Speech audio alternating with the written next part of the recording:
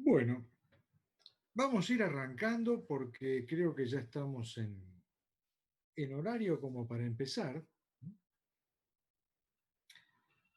Buenas noches a todos.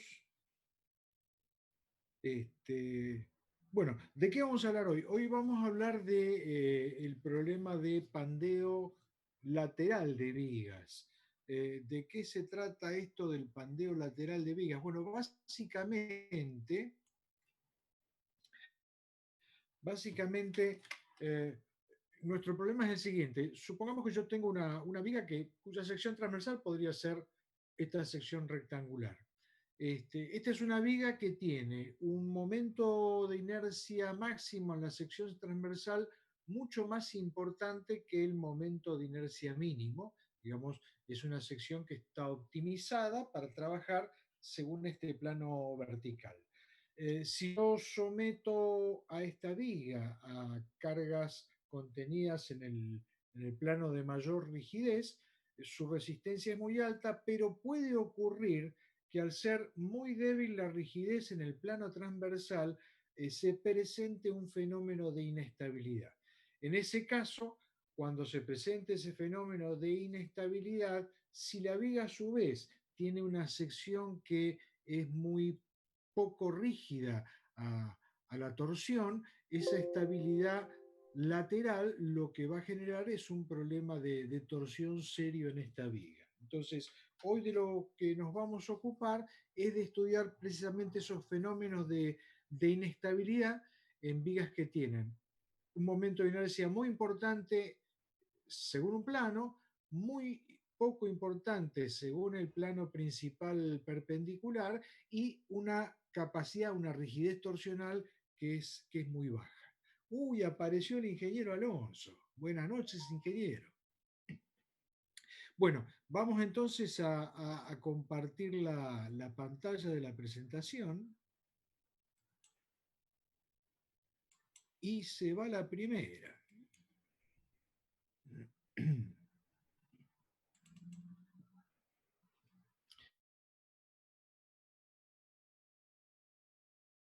La teníamos abierta en otro lado. Bien, ahí está.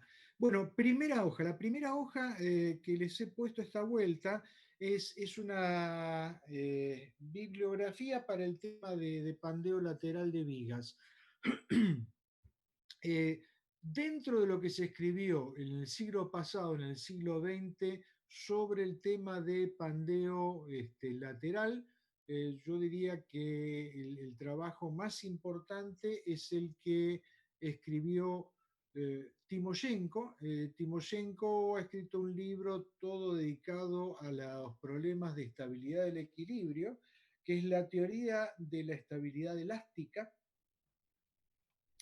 Y de ese libro yo tengo dos versiones. Una que es la original publicada en Estados Unidos en la década del 40, si mal no recuerdo, y otra es la publicada en 1961 por Timoshenko y James Gere. Timoshenko para esa época era profesor emérito de la Universidad de Stanford y James Gere era el profesor que estaba a cargo de la materia. Entre las dos versiones que yo conozco, he visto que ha habido una evolución importante en este capítulo, así que bueno, de ser posible, traten de rastrear la segunda, que es donde aparecen los dos autores, Timoshenko y Gere. En la mayor parte de la bibliografía de estructuras metálicas, que es la que suele abordar el tema de pandeo lateral, siempre citan al trabajo de Timoshenko referido a la solución de este problema. Siguiendo para abajo, el libro que le sigue es Ciencia de la Construcción, en el tomo 4, el libro de Udone Beruzzi. En el tomo 4 de Ciencia de la Construcción hay un capítulo 32 que se llama Estabilidad del equilibrio elástico, donde, entre otros muchos temas, trata el problema de pandeo lateral. También, cuando trata el problema de pandeo lateral, suele citar trabajos de Timoshenko sobre el tema y por ahí agrega algunas resoluciones más. Como siempre, digamos, el libro de Oddone Beluzzi, cada vez que hace un desarrollo teórico, después viene con ejemplos numéricos interesantes con aplicaciones en ingeniería. Entonces, si el día de mañana tienen un problema de inestabilidad del equilibrio complicado, yo les diría que consulten desde el punto de vista teórico el libro de Timoshenko y que también consulten el libro de Lucy porque ahí van a encontrar aplicaciones prácticas que por ahí coinciden con el problema que están tratando de resolver. Bien, siguiendo para abajo, los dos libros que siguen son dedicados al proyecto y cálculo de estructuras metálicas. Este es un problema que básicamente nos aparece en estructuras metálicas donde se optimiza mucho la inercia en un sentido para obtener un buen trabajo a flexión. Y dentro de la bibliografía que hay de estructuras metálicas, a mí hay uno que me gusta mucho, que es este libro que se llama Cálculo de estructuras de acero. El autor es Vicente Cudós Sanblancat. Vicente Cudós Sanblancat es un ingeniero catalán. Eh, bueno, creo que fue un ingeniero catalán, porque a esta altura del siglo me parece que ya pasó a mejor vida. Fue catedrático de la Escuela Técnica Superior de Ingenieros Industriales de Barcelona, pero además de su pasado académico, fue durante muchos años consultor de estructuras metálicas, o sea, consultor en el proyecto y la construcción de estructuras metálicas. Entonces, a su sapiencia académica le agregó mucho de experiencia profesional. Entonces escribió este libro, que es un libro muy interesante, y tiene la solución de muchos problemas que no es habitual ver tratados en libros de estructuras metálicas. Y bueno, y entre otras cosas tiene un capitulito dedicado al pandeo lateral con algunas recetas que son prácticas para solucionar problemas de pandeo lateral. Y finalmente, aquí les estoy citando un libro más reciente que es de la Universidad Politécnica de Madrid, Fundamentos para el cálculo y diseño de estructuras metálicas de acero laminado, de Jaime Marco García. Este libro ya es de 1997. Está recopilando para el diseño de estructuras metálicas lo más reciente que había en aquella época en cuanto a normas europeas, es decir, ya trata muchas aplicaciones con los eurocódigos y entre otras cosas, bueno, actualiza las fórmulas de diseño de vigas de alma importante, de alma alta, para prevenir problemas de pandeo lateral. Bien. Bueno, vamos a entrar en materia. Aquí tengo dibujado así un problema general de una viga. Esta viga es una viga que está en una posición vertical en el plano ZY. Como comentario les cuento que yo estoy siguiendo en la explicación que les voy dando bastante el libro de teoría de la estabilidad elástica de Timoshenko. Lo único que hice fue, pues esta vuelta tenía un poquitito más de tiempo, fui tratar de adaptar los esquemas a la orientación de ejes que ustedes venían utilizando en su curso, eso por una parte, y por ahí modifiqué respecto a lo que encuentran en el libro la posición de algunos corrimientos, porque me pareció que esto se iba a entender mejor de esta manera. Si no es así, bueno, el día de mañana pueden tirar estas hojitas a la basura y quedarse con el libro original que está muy bien escrito. ¿De qué se trata? Yo aquí estoy trabajando con una viga de sección doble T, de ala ancha. Es una viga que está con una forma estructural optimizada para ser aprovechada en flexión en un plan, con un plano de cargas que coincide, en este caso, digamos, con el plano vertical. En esta viga lo que se ha optimizado es el momento de inercia de la sección transversal respecto del eje principal de inercia X. El plano de cargas que está actuando sobre esta viga está coincidiendo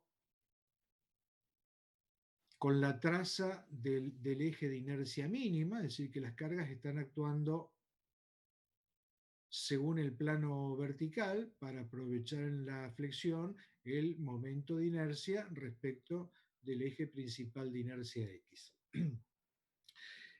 Aquí estoy en el primer dibujo a la izquierda, estoy mirando una vista lateral de la viga.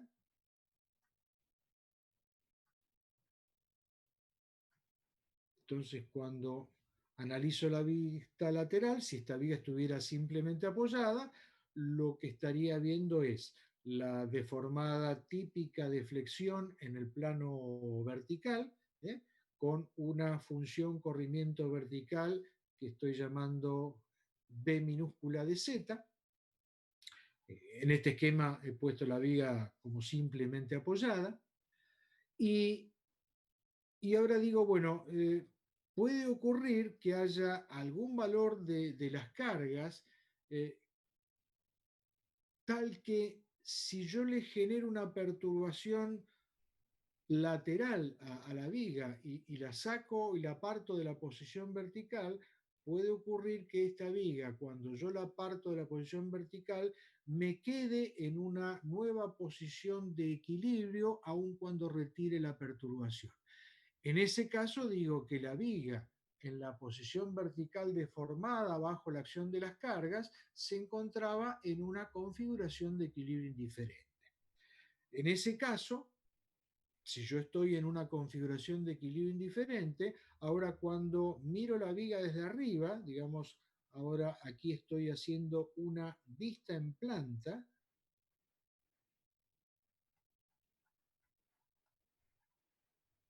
cuando miro la viga desde arriba, es decir, pongo mis ojitos aquí arriba, voy a estar viendo una deformada en el plano ZX perpendicular al ZY, que es el que contiene el plano de cargas.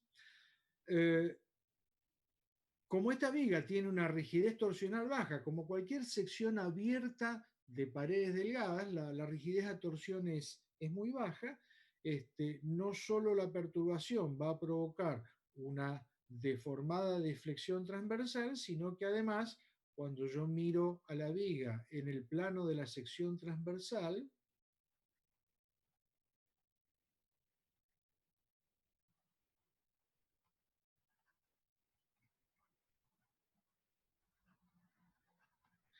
no solo voy a estar viendo el movimiento de traslación vertical, el que llamé desplazamiento en la dirección B, que es función de la coordenada Z, de la coordenada baricéntrica. No solo voy a estar viendo el movimiento en la dirección vertical, sino que también voy a estar viendo el movimiento en la dirección horizontal, la función currimiento U, también variable con la coordenada Z, y además de todo eso, por la poca rigidez torsional que tiene esto, voy a estar viendo un giro alrededor del eje longitudinal Z, y eso lo estoy viendo con la rotación phi, que también la puedo expresar como una función de la abscisa Z. De tal manera que cuando le saco una foto a la sección transversal en cualquier posición, en cualquier abscisa Z, lo que voy a estar viendo es, respecto de la posición original, que es la que tengo aquí derechita, la viga está teniendo una traslación con componentes según Y y según X y un movimiento de giro. Bien. A efectos de estudiar el problema de inestabilidad del equilibrio, nosotros ya nos habíamos impuesto como condición para poder resolver estos problemas estudiar el equilibrio de la estructura en su posición deformada. Es decir, yo no puedo encontrar una solución del problema de segundo orden si no avanzo en el estudio del equilibrio en la posición deformada. Eh, para hacer ese estudio, lo que estamos haciendo en este esquema es asociar un sistema de referencia que va a ir acompañando a las secciones de la viga en la deformada. Entonces, por ejemplo, si yo tenía una sección que tiene su posición definida por esta abscisa Z, esa sección que originalmente estaba colocada en el plano vertical, cuando la voy a buscar después de la deformación, está teniendo, dije, traslación V según el eje Y, traslación U según el eje X, desprecio el movimiento axil, digamos, la rigidez axil de estas vigas suele ser importante, y entonces, si analizo las dos componentes de la deformada, la componente en el plano ZY y la componente en el plano XZ, bueno, puedo decir, trazo una tangente a la curva deformada, que va a ser la composición de la función U con la función B, y la recta tangente a la posición deformada me define un eje tangente, el eje T, al cual lo voy a llamar por comodidad Z1. Como estamos trabajando con teorías de pequeños desplazamientos, en realidad este eje T, que estoy llamando Z1, no va a cambiar mucho respecto del eje longitudinal baricéntrico original Z. Los otros dos ejes que van a formar parte de una terna interesante para el estudio tensional de esta viga van a ser los dos ejes principales de inercia de la sección transversal, que al haberse trasladado la viga y rotado, los muevo solidarios con la posición deformada. Entonces, lo que antes era el eje principal de inercia X, ahora se ha transformado en el eje principal de inercia X1. Lo que antes era el eje principal de inercia Y, ahora se ha transformado en el eje principal de inercia Y1. A medida que yo vaya considerando distintos puntos sobre esta viga, va a ir cambiando ese sistema de referencia. Aquí voy a tener el Z1, aquí voy a tener el Y1, y en la correspondiente figura de abajo voy a estar viendo el eje Z1 y voy a estar viendo el eje X1. Es decir, este sistema de referencia X1, Y1, Z1 va acompañando la posición de la sección en el plano deformado. Bien. Voy a buscar una relación entre los dos sistemas de referencia, por supuesto, como el sistema de referencia X1, Y1, Z1 va acompañando a la sección en su posición deformada, va a tener una relación con el sistema cartesiano original X, Y, Z, que va a ser variable con la posición de la coordenada Z, de la abscisa Z. Bien. Y eso es lo que estoy haciendo ahora en estas figuras mefistoféricas. Saqué del dibujo de vista lateral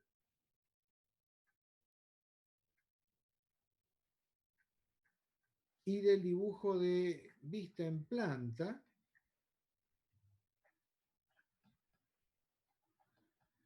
saqué el dibujo de las alas del perfil de forma tal de poder concentrarme en la curva deformada B de Z y en la curva deformada U de Z. Sí dejé tal como estaba el corte transversal porque ahí encuentro cosas que me van a resultar útiles. Entonces, ¿qué es lo que voy a hacer?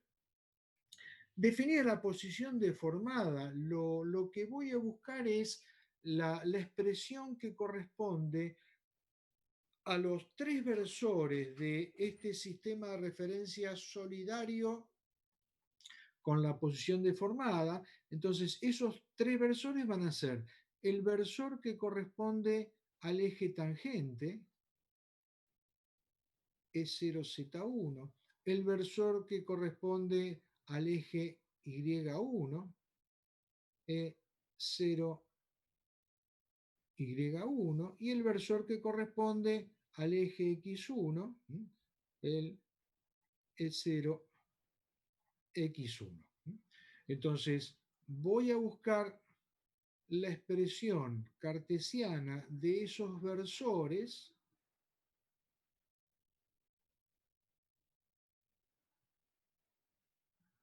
en el sistema de referencia original, que era el sistema Z, Y y X. Los versores del sistema de referencia original, bueno, voy a utilizar la nomenclatura habitual de los cursos de álgebra. Para el semieje X estoy utilizando el versor Y, para el semieje Y estoy utilizando el versor J, y para el semieje Z estoy utilizando el versor K. Bien, empecemos por el X1. Empecemos por el X1. Bueno, para el X1 puedo mirar un poquitito la deformada que corresponde a U de Z, es decir, miro la deformada proyectada en el plano XZ y digo, la tangente a la deformada, que es el eje Z1, está inclinada respecto del eje Z un ángulo, ¿sí? Y ese ángulo, en una teoría de pequeños desplazamientos, va a ser medido por la derivada primera de la función u de z. Entonces, esa derivada primera de la función u de z me está dando la inclinación de Z1 en este plano, y por lo tanto me está dando la inclinación del eje ortogonal X1 en este plano. Entonces puedo decir que el eje X1 respecto del eje original X está teniendo una inclinación que está viniendo dada por estas derivadas. Vamos al plano de la sección transversal, por ahí es más claro, sí. En realidad, porque aquí lo que estoy viendo son ejes proyectados. Discúlpenme. Vamos al plano de la sección transversal. Dije, la sección está girando respecto al eje Z, el giro phi. Al girar el giro phi, ahí sí, tengo la posición girada del eje principal de inercia de la sección transversal con este ángulo phi. Entonces, respecto del eje principal X, el, el vector, perdón, del eje original X, el vector X1 principal de inercia está formando un ángulo que es el coseno de phi por el versor de la dirección Y. Respecto del eje Y, la componente de este eje está siendo el seno de phi, es la componente transversal, digamos, tengo en la proyección horizontal el coseno de phi y en la proyección vertical el seno de phi. Y respecto del eje longitudinal Z, ahí sí es donde voy a mirar el plano ZX. Respecto del eje longitudinal Z, ahí sí la inclinación que tiene el eje X1 viene dada por la tangente a la curva U de Z, es decir, viene dada por la derivada primera de esta función. Viene dada por el seno de este ángulo girado, ¿sí? Como este ángulo girado es pequeño, el seno del ángulo girado va a ser directamente el ángulo girado, y si ven la orientación que tienen en este cuadrante positivo, para una derivada primera de u de z que sea positiva, la componente de x1 en la dirección del eje z va para el otro lado, es negativo, y por eso esta componente aparece acá como menos el seno de la derivada primera. Es decir, que en definitiva, aquí lo que me va a estar quedando es que el versor de la dirección x1 va a ser coseno de phi por el versor y más seno de phi por el versor j menos la derivada primera de la función corrimiento u de z por el versor k. Vamos al segundo eje, el eje principal de inercia I1, quedó en la posición girada definida por el ángulo de torsión phi, esa lo saco de acá, entonces respecto del eje X está teniendo para un giro positivo, está teniendo una componente en X que es negativa, es menos el seno de phi. Respecto del eje Y está teniendo una componente positiva que es coseno de phi, y para buscar su inclinación respecto del eje longitudinal Z, ahora lo que hago es mirar la deformada proyectada en el plano YZ, entonces ahí veo que la inclinación está definida por la tangente a la función b de z, esa tangente tiene un ángulo de inclinación que es la derivada primera de la función, y otra vez el eje Y para una derivada positiva me estaría dando una componente negativa que va a ser menos el seno del ángulo girado, el seno del ángulo de inclinación de la tangente. El ángulo de inclinación de la tangente igualado a la tangente es la derivada primera de b respecto de z, entonces en definitiva esto me está quedando como menos el seno de phi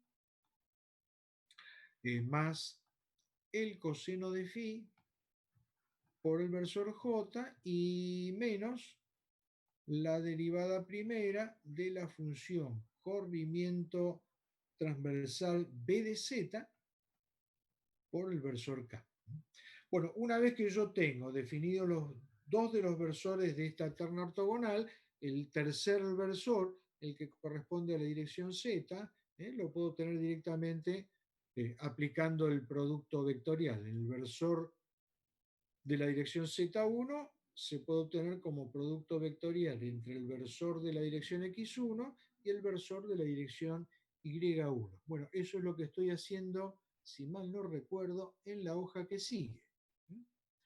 Eh, con algo más, como las rotaciones tita son ángulos pequeños, el coseno de tita es más o menos igual a 1, el seno de tita es igual al ángulo tita expresado en radianes, con lo cual el versor de la dirección x1 que arrancaba con coseno de tita por i se transforma en 1 por i, más seno de tita, perdón, más seno de phi por j, el seno de phi se transforma en phi, y el último me queda igual que antes, la derivada primera de la función u de z. El versor de la dirección I1 era menos el seno de phi por el versor I, entonces me queda menos phi, más el coseno de phi por el versor j, me queda más 1 por j, y el tercer término queda igual menos la derivada primera de la función corrimiento transversal b de z por el versor k. Y ahora sí, lo que hago es el producto vectorial entre el versor de la dirección x1 por el versor de la dirección y1. Para desarrollar ese producto vectorial, lo que hago es desarrollar el determinante cuya primera fila es IJK, los tres versores del sistema de referencia original. La segunda fila entonces van a ser las componentes del versor X1, y la tercera fila va a ser las componentes del versor Y1. Bueno, si hago ese producto vectorial, bueno, desarrollo por la regla de Sarrus el determinante eh, de dimensión 3×3 que tengo acá. Entonces, ¿qué me queda? Me queda el versor I por phi por la derivada de b respecto de z, menos el otro que es 1 por la derivada primera. Bueno, voy desarrollando todos los productos que corresponden a este determinante, y al desarrollar esos productos, ahora lo que hago es mirar un poquitito la magnitud de los términos y desprecio los infinitésimos que sean de orden superior. Entonces, por ejemplo, cuando voy a lo que está entre paréntesis como coeficiente que corresponde al versor i, tengo un término que es un ángulo phi, que es un ángulo pequeño, multiplicado por una derivada primera de la función corrimiento, que es un ángulo pequeño, con lo cual este término es re pequeño. El término que lo acompaña es la derivada primera de una función corrimiento, que es un ángulo pequeño, quiere decir que el primer término frente al segundo es un infinitésimo de orden superior. El segundo es un ángulo chiquito y el anterior es un ángulo re chiquitito. Vamos al versor J, pasa lo mismo, tengo un ángulo chiquito, por otro ángulo chiquito me da un ángulo re chiquitito. Y el término ese está sumado a un ángulo chiquito, me quedo con el ángulo chiquito. Y por último, tengo el versor K multiplicando a 1 más el cuadrado de un ángulo chiquito. Y el cuadrado de un ángulo chiquito es un ángulo re chiquitito, así que también lo puedo despreciar como infinitésimo de orden superior. Resultado final, me queda que el versor de la dirección Z1 tiene en las direcciones I y J, por cosenos directores, las derivadas primeras de la función corrimiento U y de la función corrimiento B.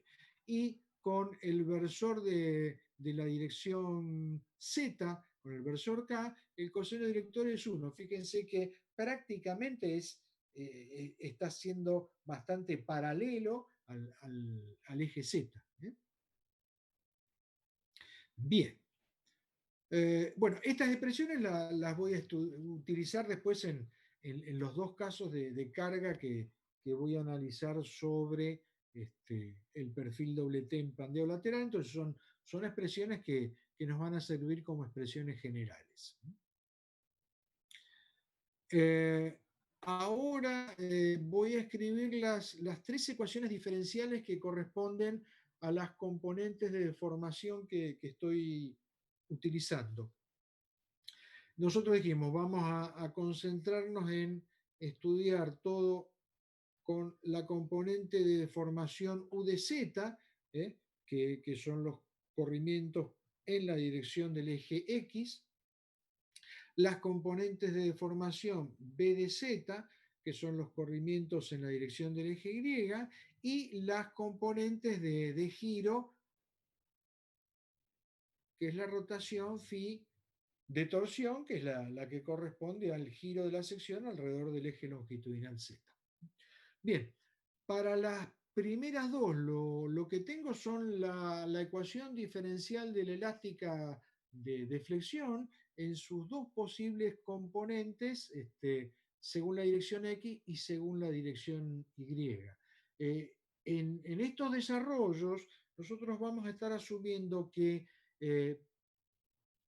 por ser los desplazamientos U y B desplazamientos pequeños, da lo mismo considerar el valor de la curvatura en el plano original XZ que en el correspondiente plano X1Z1, o la curvatura en el plano YZ que la curvatura en el plano Y1Z1. Entonces, si yo tuviera las componentes de los momentos flexores expresadas según la posición final de los ejes principales de inercia X1 e Y1, que van siendo variables con la posición de la sección que estoy considerando, podría escribir que la derivada segunda de la función corrimiento U de Z respecto de Z dos veces por el módulo de elasticidad longitudinal y por el momento de inercia de la sección transversal respecto del eje Y es igual a más la componente MY1. Fíjense que esta es la posición girada, esta es la posición final, perdón, esta es la posición original y esta es la posición girada. En la posición original, este era mi eje Y principal de inercia, el momento de inercia respecto del eje Y sigue siendo el mismo momento de inercia que tengo ahora respecto del eje Y1. Entonces, por eso no me gasté en escribir acá el momento de inercia respecto a Y1, porque es el mismo que tenía la sección originalmente.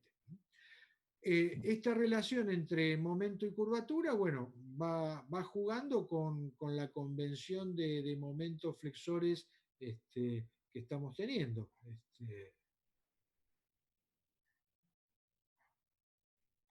Ahí dibujo la sección en la posición girada. ¿eh? Aquí estoy teniendo para esta sección el eje tangente a la deformada, que era el Z1, el eje principal de inercia X1 y el eje principal de inercia Y1. Bien, la componente de momento flexor que está jugando acá es la MY1. La MY1 estaría siendo un momento que está teniendo este sentido que estoy dibujando acá. Ese momento MY1 está correspondiendo a un giro positivo de la terna. El giro positivo de la terna es desde el eje Z1 hacia el eje X1. Quiere decir que si yo tomo una rebanada elemental de longitud diferencial de S, que es más o menos igual a diferencial de Z, porque estamos con pequeños movimientos, el par de pares que está actuando sobre esa rebanada de longitud diferencial de S, físicamente está teniendo estos sentidos. Si está teniendo esos sentidos, la curvatura que estaría provocando en la deformación de la rebanada sería una curvatura de este tipo. Esa curvatura es una curvatura positiva. Fíjense que para una curvatura negativa en el plano ZX yo tendría una barra puesta en esta posición deformada. De ahí surge, bueno, este signo positivo de la primera relación diferencial. La otra es la que habitualmente utilizan en esquemas planos. Este es el par de pares de momento flexor MX positivo, era el que producía tracción en la fibra inferior de la viga. Para esa flexión positiva, la curvatura que adquiere la viga es una curvatura negativa, entonces en ese caso la ecuación diferencial de la elástica seguramente les quedaba E por el momento de inercia respecto del eje X por la derivada segunda de la función corrimiento igual a menos la función momento flexor. Es decir, esos dos signos, positivo en uno y negativo en otro, depende de la convención de esfuerzo característico que estamos utilizando y la curvatura positivo-negativa según para dónde va la deformada. Y la última relación diferencial que estoy anotando acá es la que corresponde a la torsión. En la versión más completa que ustedes han estudiado cuando estudiaron el problema de torsión. Ustedes estudiaron primero, por lo que estuve chusmeando en sus clases anteriores, la torsión pura, la torsión libre de Saint-Venant. Entonces les aparecía como relación entre el momento torsor y la derivada primera del ángulo girado, les aparecía una constante en la torsión pura de Saint-Venant. Esa constante era el módulo de elasticidad transversal por el módulo geométrico de torsión J, ¿sí? El módulo geométrico de torsión J, bueno, ahí dependía de las distintas teorías que estuvieron viendo en resistencia de materiales, cómo calcularlo. Si la sección era una sección circular llena o era una sección circular hueca, tipo corona circular cerrada, ahí era válido aplicar la teoría de Coulomb en resistencia de materiales. Entonces la constante geométrica que aparecía en el cálculo de los giros de torsión era el momento de inercia polar respecto de la fibra del baricentro de la sección, que era en definitiva la suma de los dos momentos de inercia respecto de los ejes ortogonales.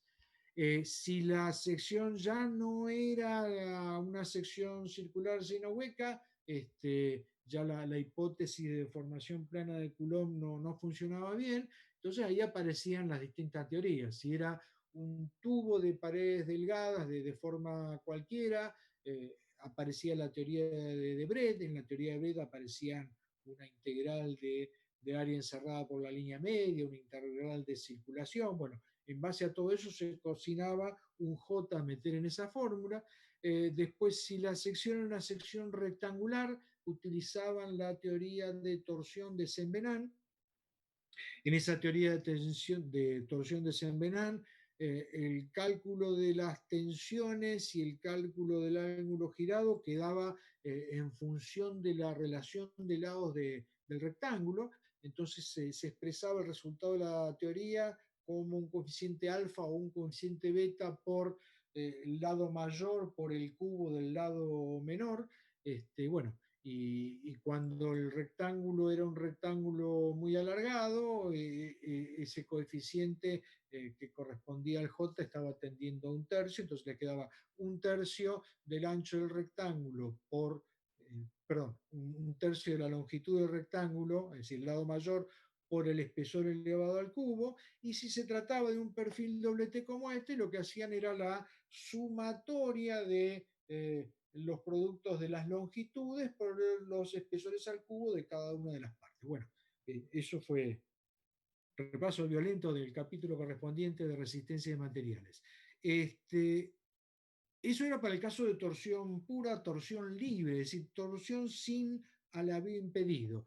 Cuando entraba en juego el alabeo impedido, eh, que se computaba en la pieza, que había una mayor rigidez a la torsión, es decir, había una nueva oposición geométrica al movimiento de giro que venía dado por las cuestiones de alabeo, y en ese caso, en esta ecuación diferencial aparecía este término que era C1 por la derivada tercera de la función giro respecto de z tres veces. Ese término era un término sustractivo respecto del que tenían antes, es decir, desde el punto de vista del giro, la cuestión mejoraba cuando yo podía restringir el alabeo de la sección, y entonces ahí aparecía una constante C1, que era el producto del módulo de elasticidad longitudinal por un coeficiente CW, y ese coeficiente estaba dependiendo de la forma de la sección transversal, del espesor de la sección transversal, y si se trataba de secciones abiertas de paredes delgadas, seguramente estuvieron incursionando con la teoría de Blasov para poder tratar todo este problema de torsión. Y bueno, este es un tema que teóricamente ya tienen resuelto, y gracias a Dios ya se los explicó otro, entonces de esto me desligo y digo, estos tipos conocen esta ecuación y la manejan con soltura, ¿eh? Así yo me salvo de meterme demasiado en el tema de la ecuación diferencial de la torsión. Bien, con esta ecuación diferencial entonces tengo la igualdad frente al momento torsor que está actuando en la sección, no es MZ como dice acá, sino MZ1, ¿eh? Entonces, ¿qué tengo acá? Expresadas las ecuaciones diferenciales de deformación para la función corrimiento transversal U de Z, para la función corrimiento transversal B de Z y para la función giro de torsión Φ de Z, expresada en base a solicitaciones que ahora tengo que poder computar en la posición deformada de la estructura, porque fíjense que las tres relaciones las estoy refiriendo a las componentes de esfuerzo característico, no en la dirección original, sino en la dirección de la terna que fue acompañando la deformada. Siempre. Segundo orden es estudiar el equilibrio de la estructura en la posición deformada. Bien. Bien. Creo que ahí había dejado una hoja en blanco por si tenía que hacer más aclaraciones sobre ese esquemita, pero creo que por lo menos nadie ha gritado, o sea que están pisando terreno conocido. Bueno, vamos a estudiar el primer caso. ¿eh? El primer caso que voy a estudiar es el caso de tener una viga simplemente apoyada, sometida a dos pares exteriores autoequilibrados que en principio, en una teoría de primer orden, lo único que generan es flexión en el plano YZ. Acá hay un errorcito en este dibujo. Digamos, en el primer dibujo yo estoy viendo una vista lateral. Entonces, en la vista lateral tengo el eje Z longitudinal, este está bien, y estoy teniendo un eje vertical que es el eje Y. Y en el segundo dibujito, claro, el segundo dibujito lo agregué después de que tenía dibujado el eje. En el segundo dibujito lo que estoy haciendo es mirar una vista en planta. Esa vista en planta, entonces lo que me está mostrando es el eje longitudinal baricéntrico Z y el eje perpendicular al Z que veo en la vista en planta es el eje X. Entonces, el perfil es un perfil doble T. Y ese perfil doble T, en una teoría de primer orden, lo único que hace es flexar en el plano vertical, en el plano YZ, bajo la acción de estos pares exteriores M0. De esta viga que está simplemente apoyada, le he impuesto una condición de borde más que acá está simbolizada con estos cilindritos. Estoy suponiendo que esta viga está sujetada mediante una horquilla. Digamos, si este fuera el extremo, la estoy agarrando con una horquilla que le está impidiendo a los extremos el giro alrededor del eje Z. Es decir, en los extremos la tengo agarrada de forma tal de que no puedan girar los extremos alrededor del eje Z. La horquilla sí lo que me permite es el alabeo libre de la sección transversal. Quiere decir que en los extremos voy a tener el giro alrededor del eje Z igual a 0, pero el alabeo totalmente permitido para la sección transversal. Es un caso particular. Bien, cuando yo ahora considero una sección cualquiera, supongamos que, digo, bueno, para esta sección, a ver si no dibujé después la deformada, no, pero vamos a hacerlo acá.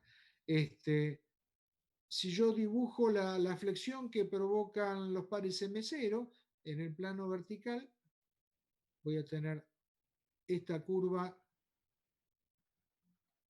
B de Z y por un problema de inestabilidad del equilibrio podría ocurrir que una perturbación me generara una deformada en el plano vista en planta que me agregaría una componente U de Z. Esa deformada me estaría llevando la viga a esta posición. Lo único que no estaría permitido por esta vinculación es el desplazamiento vertical en los extremos de la viga y el giro en los extremos de la viga alrededor del eje longitudinal Z, porque la horquilla es la que estaría impidiendo ese movimiento. Bien, si yo considero la reducción de la acción exterior a cualquier punto en la posición deformada, como la acción exterior son dos pares autoequilibrados, si yo reduzco de un lado o del otro a una sección cualquiera, el resultado de la reducción siempre va a ser el mismo vector momento. El resultado de la reducción va a ser ese vector momento M exterior que está teniendo la dirección del versor del eje X positivo y está teniendo por valor el valor M0. Ahora, si lo que yo estoy estudiando es el equilibrio en la posición deformada, supongamos que esta fuera la posición deformada, que esta vertical paradita fuera la posición original, cualquiera sea la sección que yo considere, cuando hago la reducción al baricentro de la posición deformada, el vector M exterior que estoy teniendo siempre es este vector horizontal M exterior. Ese vector M exterior, que estoy viendo como vector horizontal, y va a estar teniendo componentes según el eje Y1, según el eje Z1 y según el eje X1. Es decir, ese vector que en la terna de referencia original solo tiene componentes según Y, en el sistema de referencia que va solidario con la barra cuando se deforma, este vector empieza a tener componentes en las tres direcciones, X1, Y1 y Z1.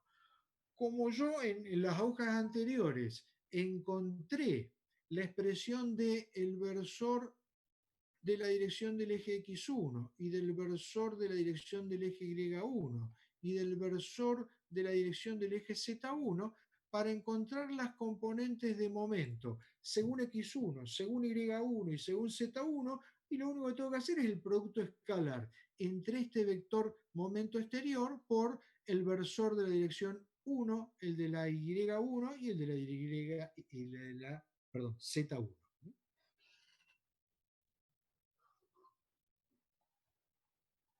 Bueno, si hago ese producto escalar, lo único que tengo que fijarme es en los versores que teníamos definidos antes, era qué componentes tenían el versor X1, el Y1 y el Z1 según Y. El X1 según Y era componente 1, según Y1 era menos phi, y el del Z1 era la derivada primera de U respecto de Z. Entonces, cuando busco las tres componentes para este caso particular, al hacer el producto escalar, la componente de momento en la dirección X1 es M0, en la dirección Y1 es menos M0 por phi,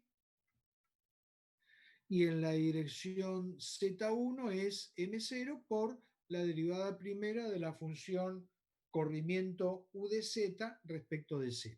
Bien, una vez que tengo definido mx1, my1 y mz1, me escribo las tres ecuaciones diferenciales de las tres componentes de deformación que estoy persiguiendo. La que corresponde a la función b de z, la que corresponde a la función u de z y la que corresponde al giro de torsión phi de z. Entonces lo único que hago es reemplazar en esas expresiones el momento mx1, el my1 y el mz1. Bien. A la primera la dejamos tranquila, pastando por ahí, y vamos a operar con las dos que siguen. De la número 2, despejo cuánto vale la derivada segunda de la función u de z, que resulta ser igual a menos la rotación phi por M0 sobre E por Y. Y es el momento de inercia respecto del eje de mínima inercia del perfil, que es el Y o el Y1 en cualquier posición es el mismo momento de inercia. En la ecuación que corresponde a la ecuación diferencial de la torsión, me estaba apareciendo una derivada primera de la función u de z, entonces hago una derivada segunda de esta expresión. Cuando hago la derivada segunda, va a aparecer aquí la derivada segunda de u de z, porque ¿qué tendremos? C por la derivada segunda de phi respecto de z dos veces, el segundo término es menos C1 por la derivada tercera, que al hacer la derivada me queda la derivada cuarta de phi respecto de z 4 veces, y el último término, que era menos m0 por la derivada primera de u respecto de z, lo derivo una vez, me aparece la derivada segunda de u de z respecto de z 2 veces. Bueno, en esta ecuación que obtuve por derivación de la última, lo que voy a hacer ahora es reemplazar la derivada segunda que obtuve en la ecuación anterior y me queda como ecuación diferencial a resolver esta de c por la derivada segunda de phi respecto de z 2 veces menos c1 por la derivada cuarta respecto de z 4 veces más phi 0 por m0 al cuadrado sobre e por i igual a 0, o escrito de otra manera, llego a escribir esta bonita ecuación diferencial homogénea. Bien. Yo digo, en lo que nosotros estamos estudiando, que es ingeniería, lo interesante desde el punto de vista de la ingeniería es ver qué cosas tengo en cuenta para llegar a plantear la ecuación diferencial que gobierna el problema. Una vez que encontré la ecuación diferencial, bueno, ahí salimos corriendo desesperados a buscar a los matemáticos para ver si para esta forma de ecuación diferencial los tipos encontraron alguna solución. Bien, afortunadamente para este problema los tipos encontraron una solución, ¿sí? Y no es nada divertida, pero esta ecuación diferencial la puedo reescribir de esta manera que está acá, donde me aparecen dos coeficientes alfa y beta. Esos dos coeficientes alfa y beta son todos calculables con datos conocidos. El coeficiente alfa es el que contiene la constante C, que correspondía a la torsión de Semberan, y la C1, que correspondía a la torsión con alabeo impedido. El coeficiente beta contiene el cuadrado de M0, que es el dato del par exterior que está actuando, cuyo valor crítico estamos tratando de determinar. Y en el denominador estamos teniendo el módulo de elasticidad longitudinal, el momento de inercia mínimo del perfil T respecto del plano vertical, y otra vez el coeficiente C1, que corresponde a la torsión con alabeo impedido. Bien, expresado de esta manera la ecuación diferencial, los muchachos que se dedican a las matemáticas encontraron que la solución general de esta ecuación diferencial es esta expresión sencilla que les resultará muy familiar si tienen algún pariente matemático. A1 por el seno de m por z más A2 por el coseno de m por z más A3 por e a la n por z más A4 por e a la menos n por z. Y los matemáticos son felices estudiando estas cosas. M y n son dos coeficientes que son raíces positivas de esto que aparece acá.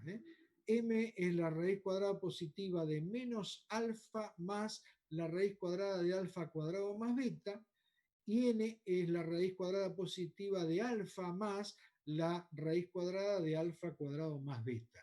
Créanmelo, esto parece ser que es cierto porque lo venimos usando en la ingeniería desde hace muchos años y las cosas no se han roto cuando utilizamos estas fórmulas.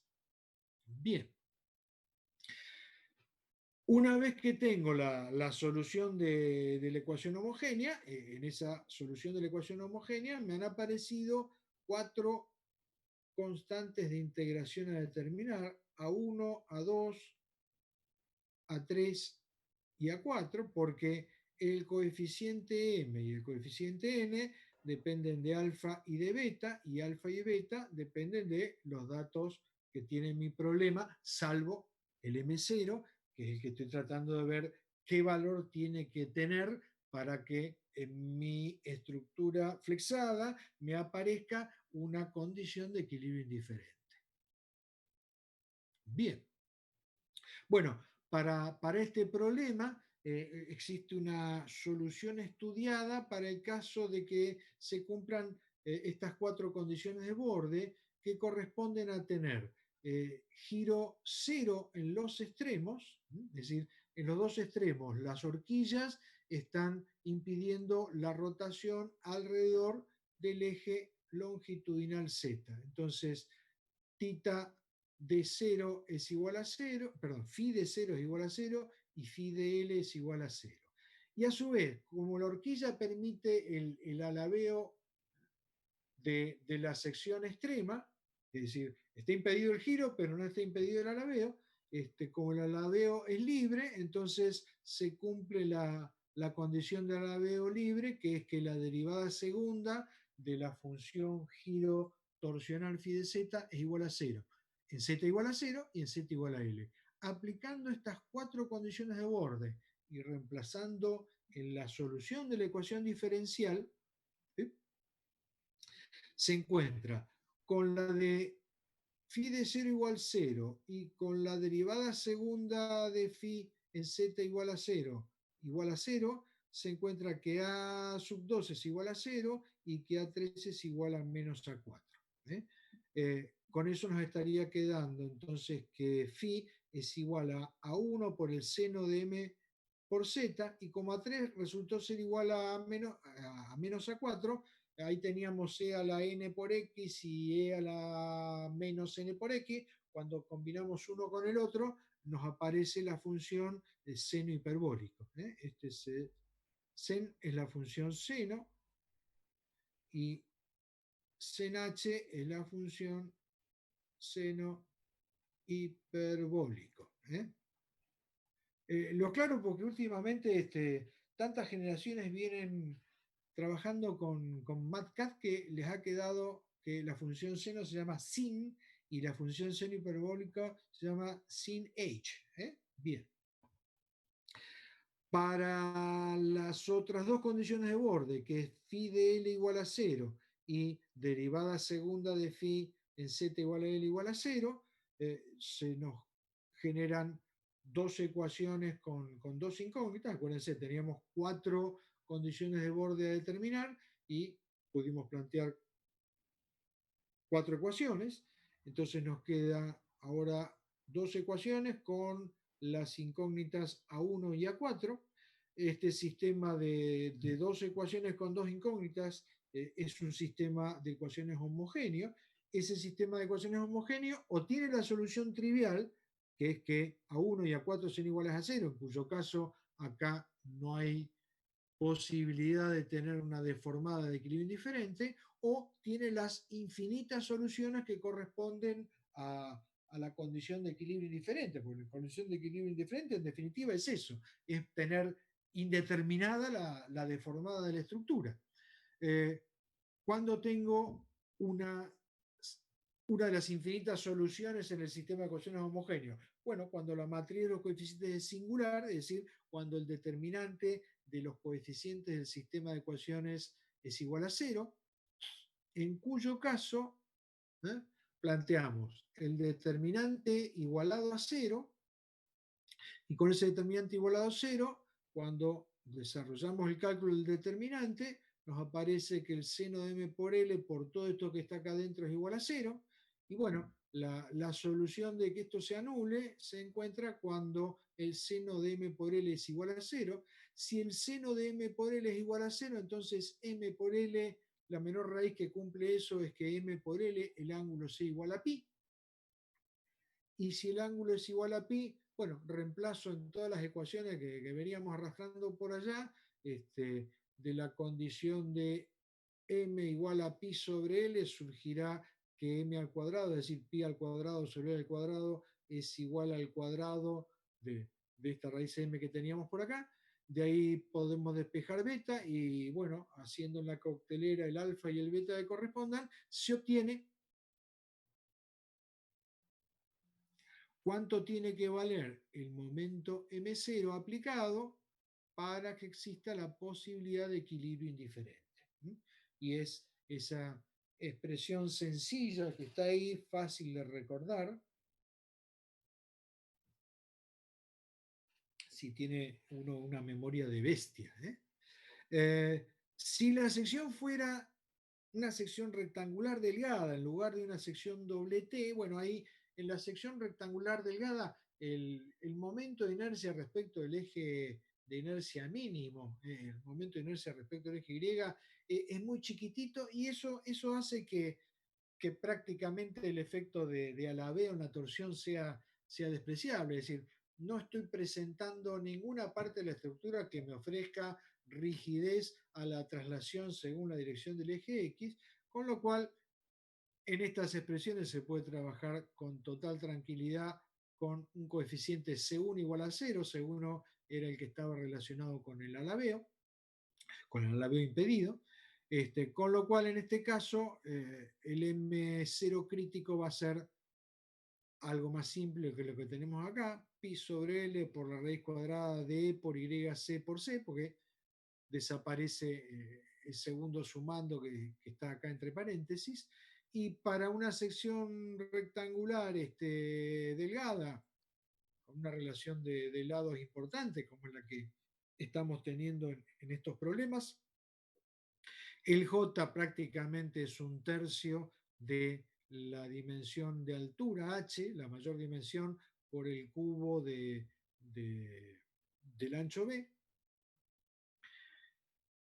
y su y es h por b al cubo sobre 12, y bueno, metido todo esto acá adentro, sale una expresión de cálculo sencilla de M0 crítico. Con lo cual, tendríamos determinado para la viga simplemente apoyada con apoyos en horquilla, cuánto es el mayor momento que podemos utilizar como momento cargando la estructura. Bien, vamos a un segundo caso. Vamos a un segundo caso. El segundo caso es una ménsula, también una ménsula que tiene una gran capacidad resistente a la flexión en el plano vertical, como podría ser un perfil doble T de ala ancha, y esa ménsula está cargada en su extremo con una fuerza concentrada P. Bueno, la idea es la misma, es decir, si la carga P tiene algún valor crítico determinado, podría ocurrir que en esta ménsula, cargada en su plano vertical, tuviéramos una configuración deformada de equilibrio indiferente, en cuyo caso no solamente tendríamos desplazamientos verticales, sino que puede haber desplazamientos horizontales, y como la sección está teniendo poca rigidez torsional, puede haber un giro de la sección. Entonces, en la configuración de equilibrio indiferente posible que podría producirse, estoy considerando que puede haber no solo corrimientos verticales B de Z, como corresponden a la solución del problema de flexión, sino que puede haber corrimientos de flexión transversales U de Z,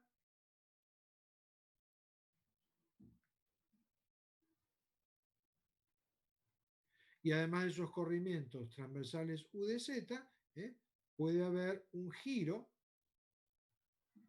de torsión de la sección que es phi de Z.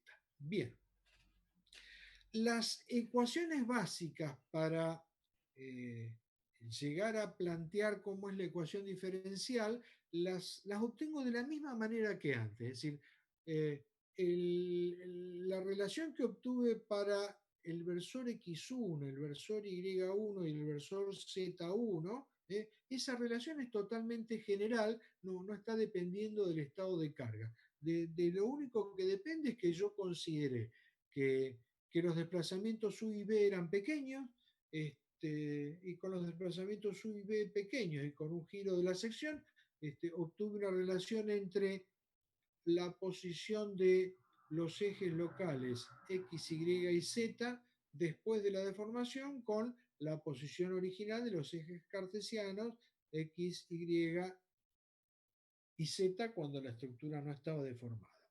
Quiere decir que esas tres relaciones de los versores X1, Y1 y Z1 me sirven también para este caso.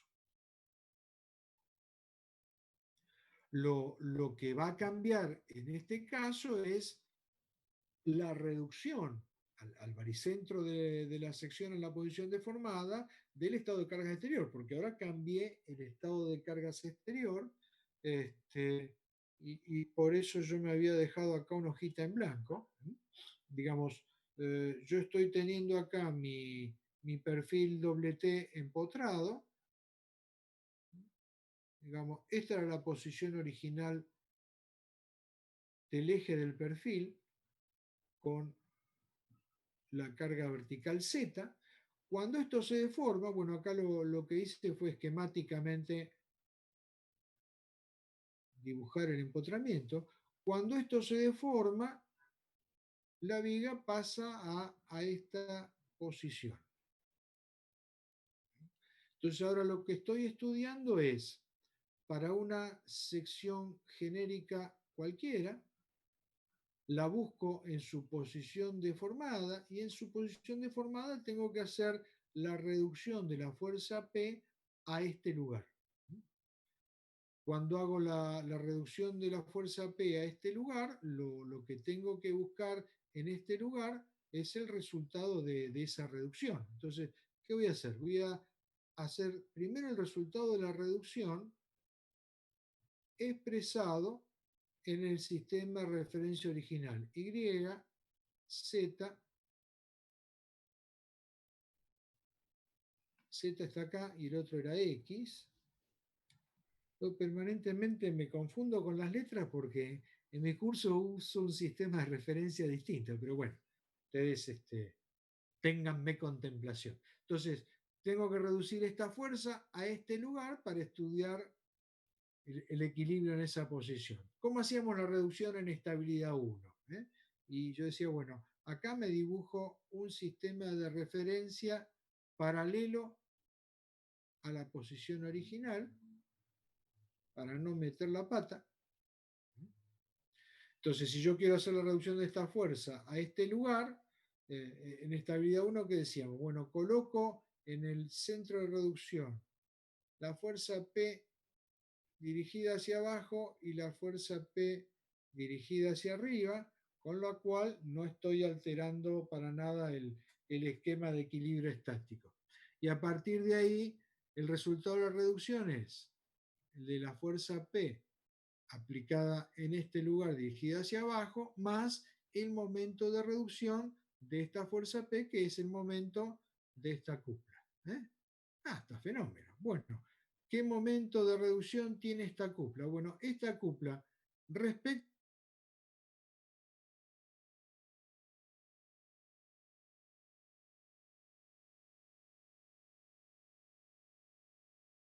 X, esta cupla está teniendo un brazo de palanca que es la componente de desplazamiento U de Z. Esta cupla respecto del eje Y no tiene plazo de palanca porque el eje Y del sistema de referencia original es paralelo al eje Z.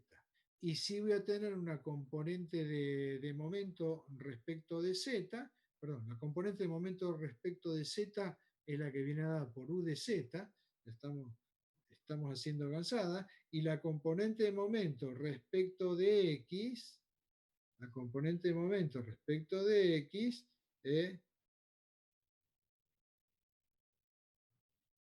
está jugando con este brazo de palanca, que si a esto lo llamo coordenada Z, lo que me queda acá es L menos la coordenada Z. Bueno, con esas referencias está calculado acá en la hojita que sigue las tres componentes de momento. La componente en X es menos P por L menos Z.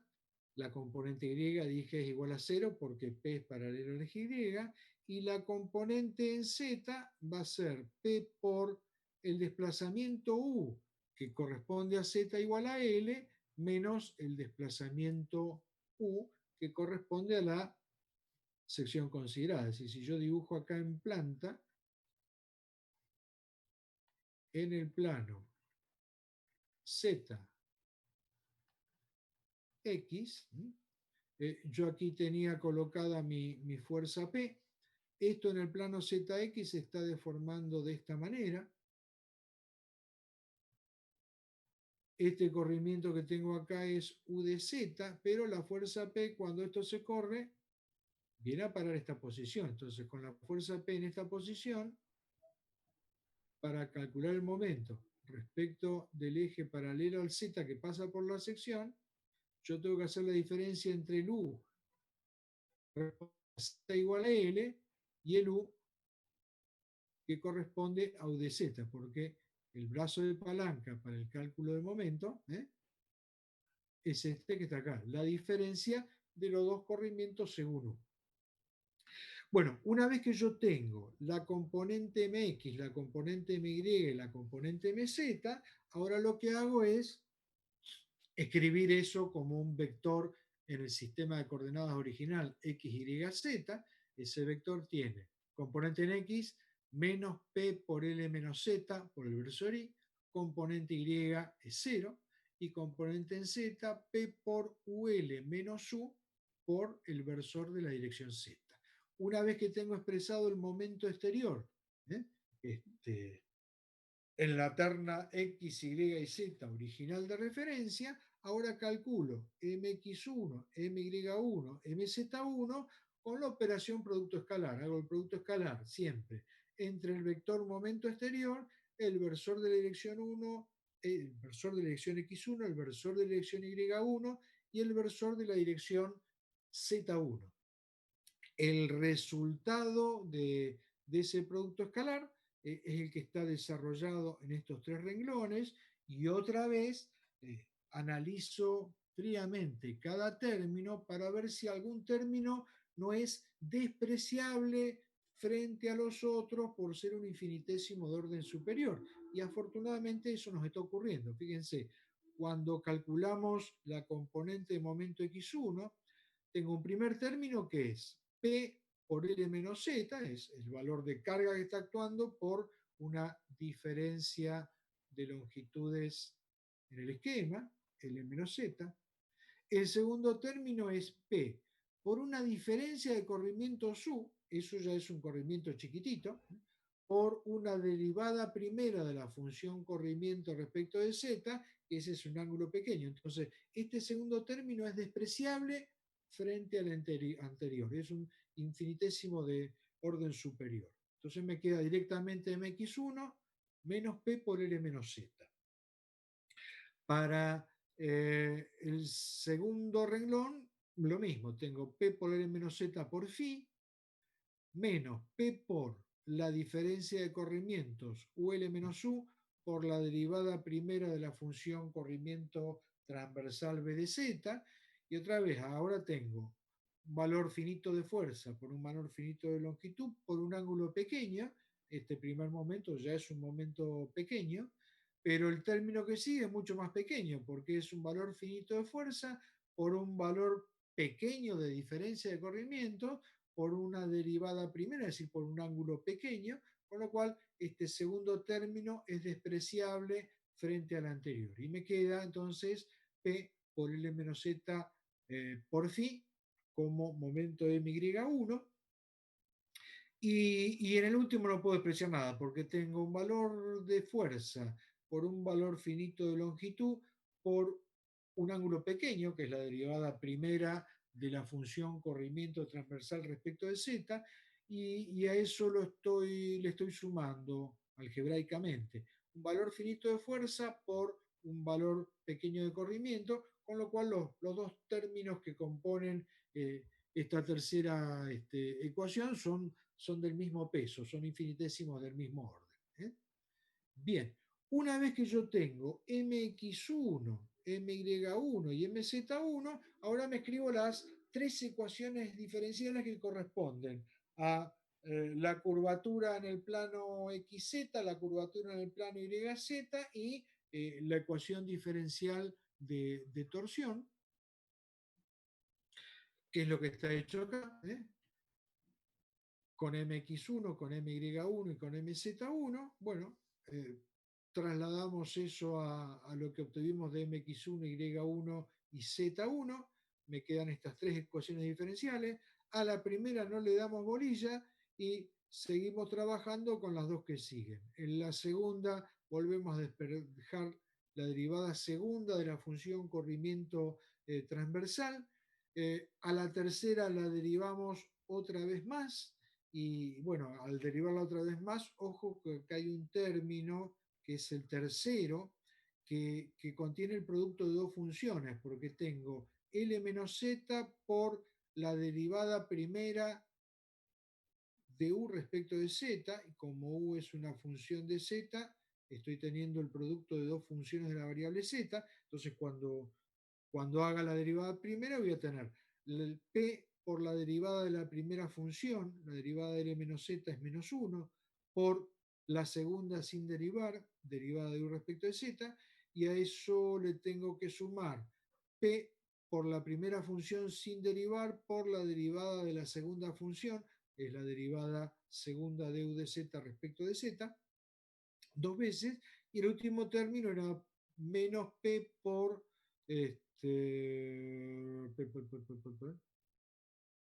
UL menos U, y claro, cuando yo derivo este término, UL es el valor del corrimiento en el extremo, es un valor definido, U es un valor variable con Z, entonces al derivar UL es una constante y me aparece la derivada primera de U de Z respecto de Z. Bueno, cuando hago todo esto, termina simplificándose este término con este término y reemplazamos en esta ecuación la expresión de la derivada segunda de U de Z, con lo cual se viene ahora la ecuación que sigue, ya vamos llegando poco a poco a la ecuación diferencial que hay que resolver. Aparece acá un cambio de variable, de S igual a L menos Z. Con ese cambio de variable se llega finalmente a esta ecuación diferencial, y con esta ecuación diferencial, ahí sí, agarrate Catalina. Esta ecuación diferencial se resuelve con las series infinitas de Bessel. Es divertidísimo resolver eso. Yo supongo que a los matemáticos les debe encantar, a mí les aseguro que no. A quien le interesa la solución con las funciones de Bessel, la van a encontrar en el capítulo 2 del libro de Timoshenko, o la van a encontrar también en el libro de Beluzzi. No me acuerdo si Beluzzi hace el detalle de la solución o lo tira ahí bastante rápido, pero creo que no, que llegaba a escribir algunos términos de la serie como para ver qué términos de la serie eran despreciables cuando hacían la solución de esta ecuación diferencial. Bien.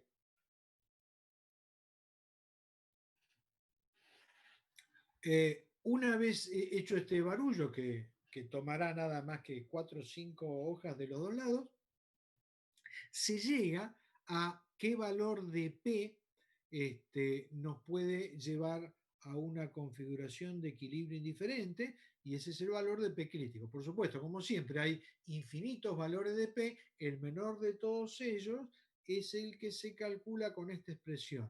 Gamma 2 raíz cuadrada del módulo de elasticidad longitudinal por el momento de inercia del perfil T respecto de su eje de mínima inercia Y, por la constante C que estaba correspondiendo a la teoría de Saint-Venant, dividido L al cuadrado, y ustedes creen que se salvaron de C1, pero no se salvaron de C1, porque dentro de esta expresión de cálculo aparece una función phi2, y esa función phi2 depende del valor de L al cuadrado C dividido C1.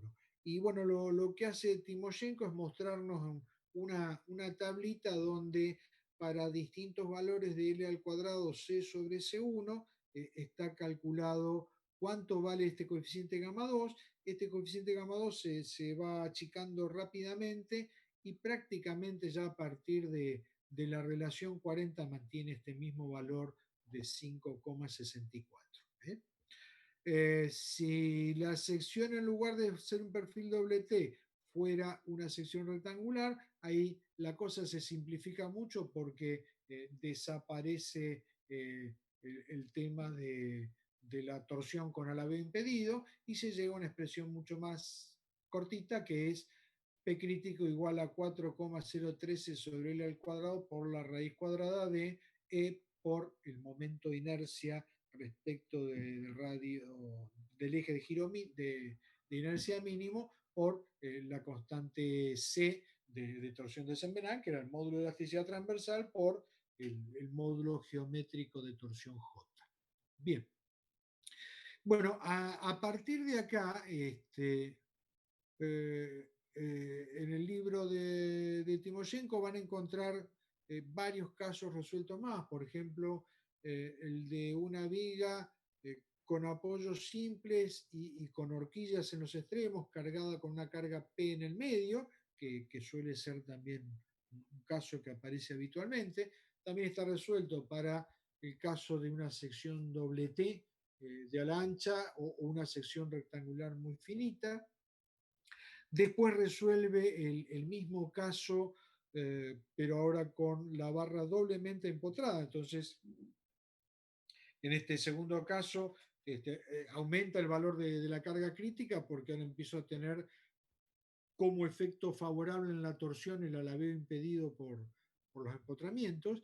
Y bueno, la forma de resolver estos casos es más o menos del mismo estilo de los casos que vimos, es decir, siguen valiendo las expresiones de los versores EX1, EY1 y Z1 que vimos, siguen valiendo las ecuaciones diferenciales de curvatura de flexión en el plano YZ y en el plano XZ y la ecuación diferencial de la torsión.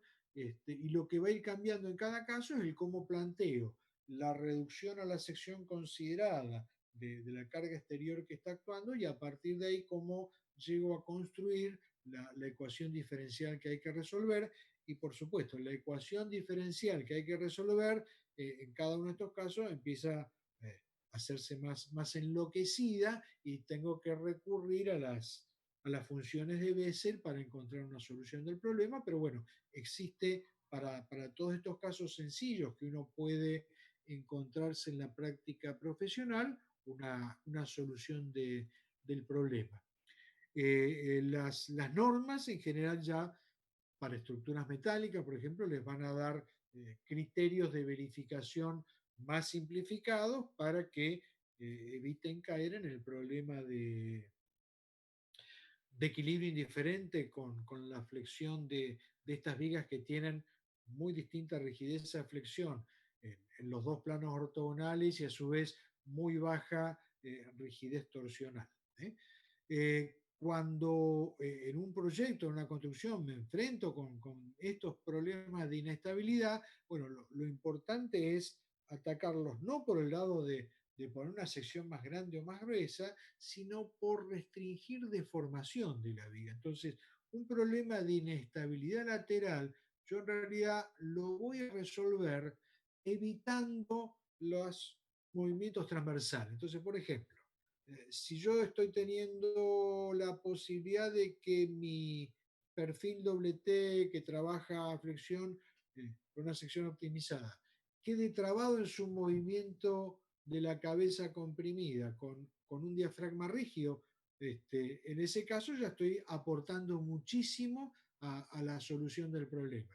Y esta es una disposición muy habitual, la de tener un entrepiso mixto conformado por una losa de hormigón armado, digamos, esta losa de hormigón tendrá a su vez barras de armadura en los dos sentidos, y esa losa de hormigón se hormigona sobre este perfil doble T, que a su vez tiene soldados pernos para mejorar la tensión tangencial, de forma tal que haya una sección ideal mixta formada por acero y hormigón trabajando en conjunto.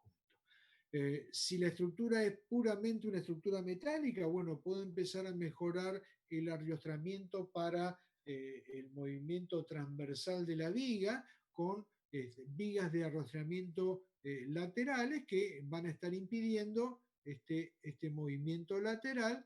Esas vigas van a sujetarse a la viga principal mediante cantoneras que pueden estar o soldadas. La cantonera es un perfil en L, por si no manejamos el mismo lenguaje fierrero. Esto es una cantonera, es un sistema de unión habitual entre algo que tiene esta dirección y algo que tiene esta dirección.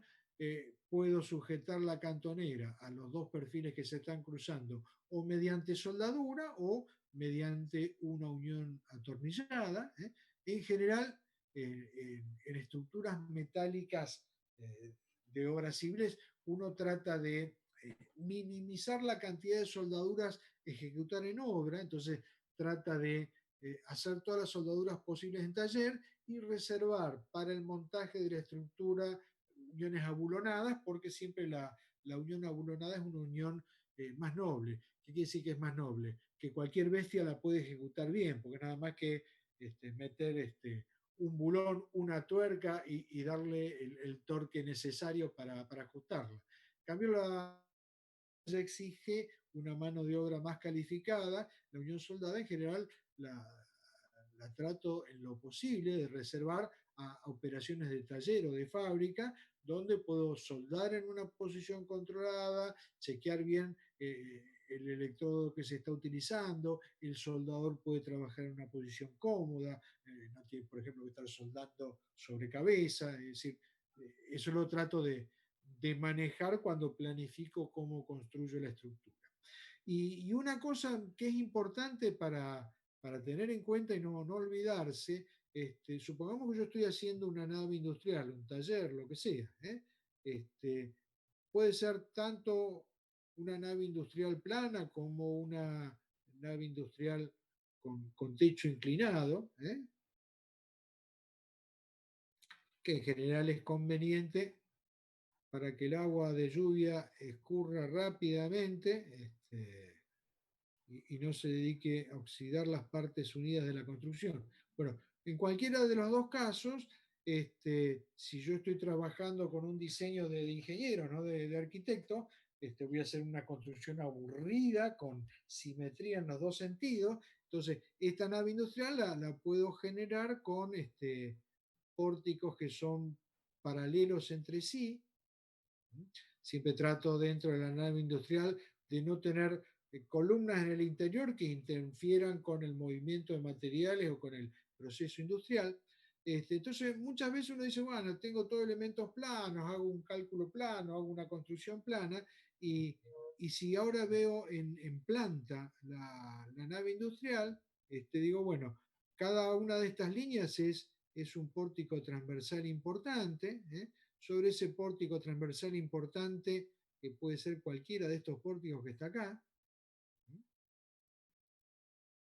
Dispongo las correas, vigas longitudinales de techo para apoyar la chapa de techo y todo eso va apoyado en columnas, esas columnas estarán fundadas en tierra y a veces cuando hago este estudio de la estructura plana, para estados de carga, que son estados de carga que actúan en el plano de simetría vertical, me olvido precisamente de que esta viga del pórtico plano, ya sea una viga de alma llena o una viga de estructura tipo reticulado, me olvido de que puedo llegar a tener un movimiento fuera del plano de la estructura por un problema de inestabilidad del equilibrio. Entonces, tengo que evitar este movimiento fuera del plano de la estructura. ¿Cómo se consigue eso? Bueno, se consigue haciendo arriostramientos entre los sucesivos elementos paralelos de gran capacidad de flexión. Por ahí, qué sé yo, esta luz entre columnas del pórtico, que sería el ancho de edificio, por ahí son 20 metros sin que haya ninguna columna intermedia. Entonces, lo que trato de hacer es generar en el plano de la cubierta zonas de rigidez. Esas zonas de rigidez las logramos con elementos en diagonal, que solemos llamar cruces de San Andrés. Entonces, con esos elementos en diagonal, empezamos a generar puntos fijos en esta dirección central y ya esos puntos fijos me permiten cortar esta luz de flexión tan importante que son los 20 metros y ya la estoy cortando acá por lo menos a la mitad, a 10 metros de longitud. Este, en el plano de las cableadas también lo que hago es empezar a vincular cableadas entre sí mediante elementos en diagonal. Creo que tenía una hojita en blanco, entonces yo puedo tener por ahí una cableada que es esta,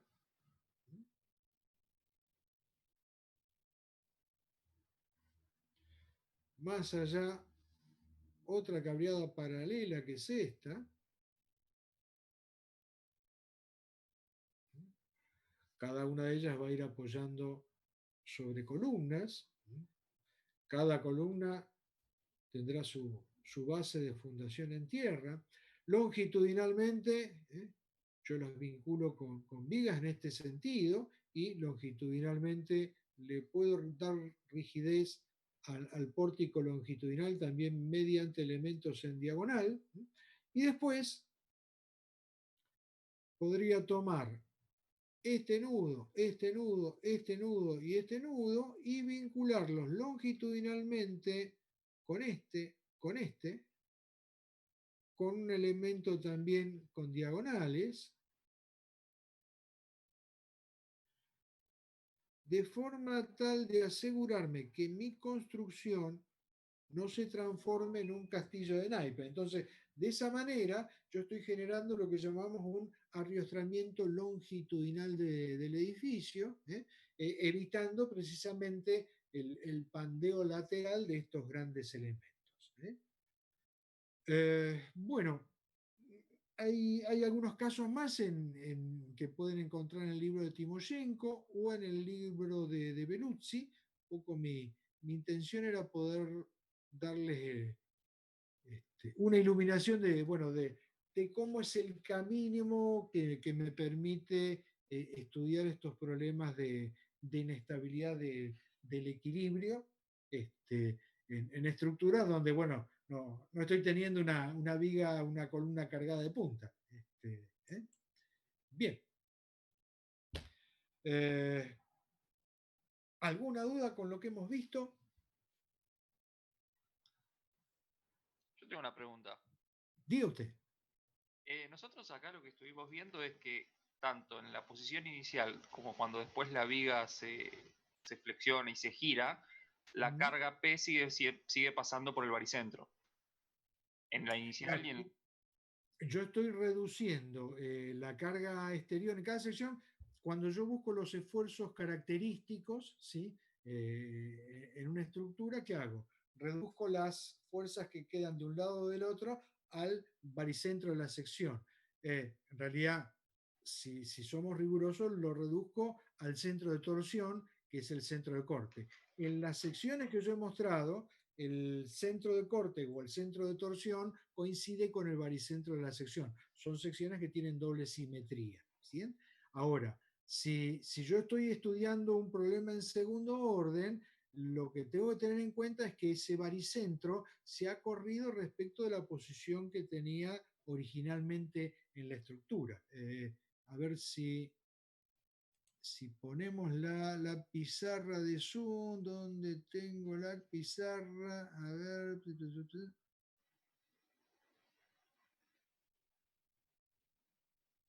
no recuerdo si era esta. Mi pregunta era la siguiente, o sea, si yo, por ejemplo, tuviese la carga P sobre, por ejemplo, el ala superior del perfil, al inclinarse el perfil después, en la posición inclinada me deja de pasar por el baricentro. Entonces yo digo, a MZ1 le tendría que agregar ese momento que me genera el corrimiento de la carga P. Incluso dentro, supongamos, estamos hablando del caso del perfil empotrado, ¿verdad? Claro, claro, o sea, el que tenía, por ejemplo, de la carga en la punta. Exacto. Digamos, yo estoy suponiendo en primera instancia que la carga P estaba aplicada en el baricentro de la sección extrema. ¿Bien? Sí. Y acá tenemos el gran empotramiento Gram. Bien. Eh, Tendría que estudiar las posibilidades de qué pasa cuando la carga P la tengo en la parte de arriba o qué pasa cuando la carga P la tengo en la parte de abajo, ¿sí? Sí, sí. En realidad hay tres posibilidades a estudiar, ¿sí? Porque claro, en cada una de esas reducciones va a haber alguna diferencia en los cálculos de momentos de reducción que estoy haciendo, que vienen dadas por esas diferencias de altura.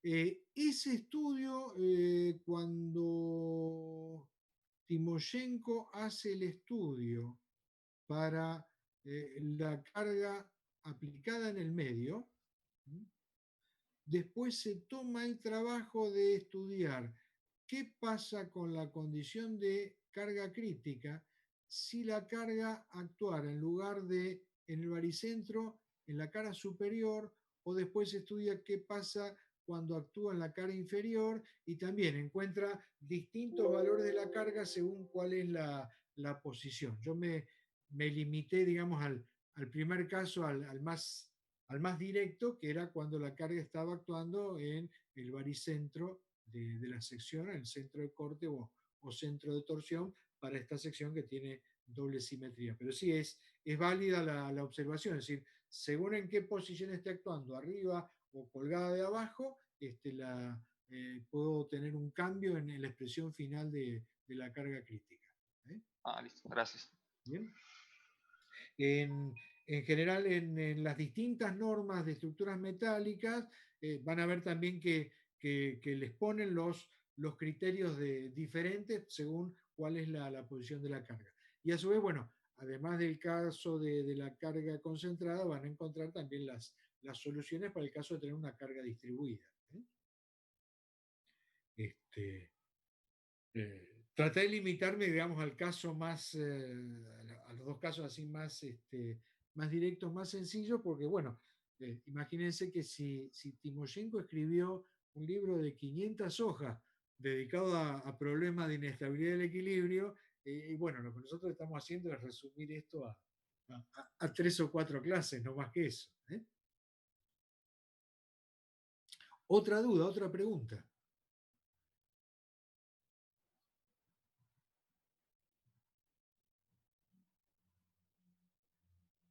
Bueno, Agostino por lo menos estaba despierto. Sí, sí, ¿por qué no? ¿Eh? Sí, Agustino era el que preguntaba recién, ¿no? no, yo no. Ah, no, no, fue otro entonces. Bien. Alexander. Bien. El problema es que yo aquí en mi pantalla lo que veo son cuadraditos con nombres y tengo que fijarme cuál tiene encendido el micrófono para poder identificarlo. ¿Qué otra duda? ¿Qué otra pregunta?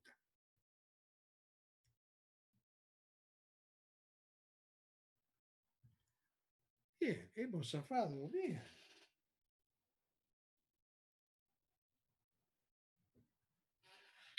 Bueno, don Mario, no sé qué más necesitan de mí. Tenés el micrófono apagado.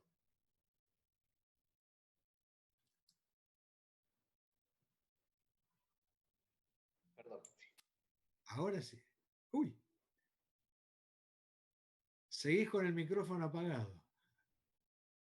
Ahora Ahora, sí, que iba a ahora sí. decir que solo agradecerle, que nos ha dado una buena mano en ayudarnos a salir del problema que teníamos de la falta de Abeledo al frente del curso. Así que bueno, muchas gracias. Eso es lo que le Bueno, teníamos para decir, otra cosa no. Y que eso la me clase que permite. viene ya tenemos agendado a Raúl Bertero para que nos dé dinámica. Bien, Así que bien, bueno, así que van a ver dinámica en serio. sí, vamos a ver dinámica en serio, sí. Bien, Vamos a tratar de aprender algo de dinámica. bien, Y bien, nos bien. tenemos que portar bien porque no es nada más que el vicedecano el que nos va a dar clase, así que se supone que Así algo que nos va a enseñar. su clase va a ser excelente independientemente de cómo la deje. Independientemente, sí, sí. Bueno, No va a ser tan simpática y espero que no tenga ninguno de los alumnos de ingeniería mecánica, ningún padre arquitecto, por una de las bromas que te mandaste. Esperemos que no haya ningún padre arquitecto ahí de por medio. ¿En ingeniería mecánica? No, es raro que... No, por ahí alguno es arquitecto. Es raro que haya que un Vos arquitecto... le dijiste en un momento determinado, si lo diseña un ingeniero es una cosa, pero si lo diseña un arquitecto es otro problema. Ojo, yo lo dije como un elogio, porque en realidad No. cuando lo diseña un ingeniero es una cosa aburrida y simétrica por todos lados, precisamente para trabajar menos y hacerlo más barato. Un arquitecto Claro. es una cosa más linda. Sí, sí, no me cabe duda de que usted lo interpretó de esa manera. Bien, muy bien. Entonces, ha sido un gusto darles estas charlas. Espero sinceramente que les resulten útiles. Fácil el pandeo lateral en lo que a expresiones matemáticas se refiere, ¿eh? Ah, la flauta, ni te imaginas lo que son las funciones No. de Bessel. Muy interesante, sí. Por cierto, muy interesante. Pero había que seguirlas pormenorizadamente para poder seguir el hilo de la cuestión, si no te perdía el hilo. Sí, bueno, un poco lo que hice fue cambiar algunas letras nefastas que tiene el libro de Timoshenko. Claro, en la época que él escribió su primera versión, no usaban mucho el álgebra vectorial para obtener las expresiones. Entonces, cuando uno miraba las ecuaciones, no tenía ni idea del razonamiento que había hecho Timoshenko para llegar a su versión final de las ecuaciones diferenciales. Y hoy en día eso se simplifica mucho con las expresiones vectoriales para obtener versores en distintas direcciones. Así que bueno, eso espero que les mejore la comprensión del texto. El libro de Timoshenko es muy bueno, digamos, dentro de lo que se ha escrito en el tema es lo más completo que hay, ¿no? Es el que le dio una solución muy elegante al problema de pandeo lateral, ¿no? Bien. Muy bien. Bueno, buenas Bueno, noches. jóvenes, si no hay más dudas,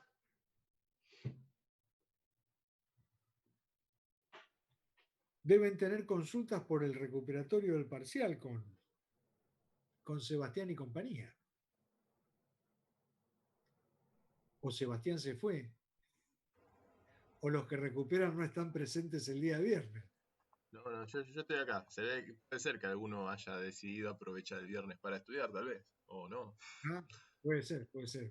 Veámoslo por el lado positivo, entonces. Exactamente. Bien. bueno, te agradecemos nuevamente, Guille, la colaboración que nos brindaste. Sí, muchas gracias, Guillermo. Gracias por la clase. Muchas gracias. Muchísimas gracias. Hasta luego, buen fin de... Gracias, buenas noches. Gracias. Ustedes Muchas gracias. terminen Buen fin de con semana. éxito el cuatrimestre. Gracias. Gracias. Gracias, buenas noches. Chau.